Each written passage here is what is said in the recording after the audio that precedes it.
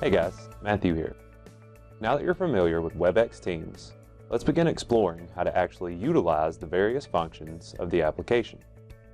Throughout this video, you will learn how to create and manage what are referred to as spaces and teams.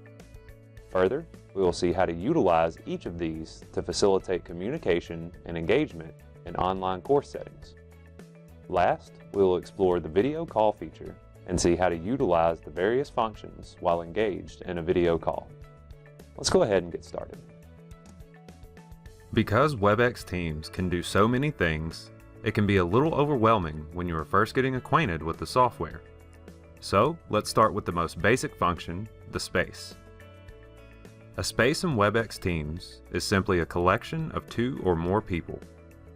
So you could use a space to create a one-on-one line of communication between you and a colleague. Or you could use it to create a means by which to communicate with an entire department or a class section. Within a space, you have the option to use any one of the functionalities discussed in the previous episode to communicate with the members of the space. You can send text-based messages. You can share files, send screenshots, share the link to your personal WebEx meeting room, place video calls, and share whiteboards. Once you have shared files, screenshots, and created whiteboards, they can all be accessed here and downloaded by any member included in the space. And oh yeah, there's also a nice collection of emojis to choose from. Now that we have an understanding of what a space is, let's talk about the next option you have to organize your lines of communication, the team. A team is a collection of spaces. Each space within the team can contain a different combination of individuals. One way the team function can be beneficial is to streamline communication between online instructors and students in multiple course sections. For example, if you are teaching multiple sections of the same course, you can create a team for each section and then create spaces within those teams for various topics. This way, when your students communicate using WebEx Teams, you never have to wonder what class section they are in because it is automatically contained within the space for that team. These spaces can also replace discussion boards in Moodle.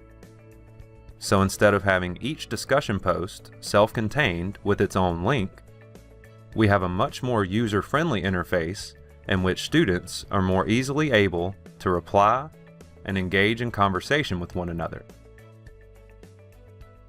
Further, the WebEx Teams app is also very user-friendly, and it is more in line with what our Millennial and Gen Z students are used to in terms of communicating with apps on their smartphones and tablets. Video calls can be placed to individuals, or you can send out a mass video call to all members of a space simultaneously. To do so, select the space and click on the options icon. Click Call, and then Start with Video. While on a call, you have the option to mute your audio feed, mute your video feed. You can record the entire video call. If a member of the space is unable to answer the call when it first goes out, they can join in at any point while the call is still in session. The Share Screen feature allows anyone on the call to share what's on their screen with all other members active on the call. This makes it very easy to review documents or present content. Also, while on a video call, you have the ability to create a new whiteboard and share it live with everyone active on the call. This allows anyone on the call to edit the whiteboard.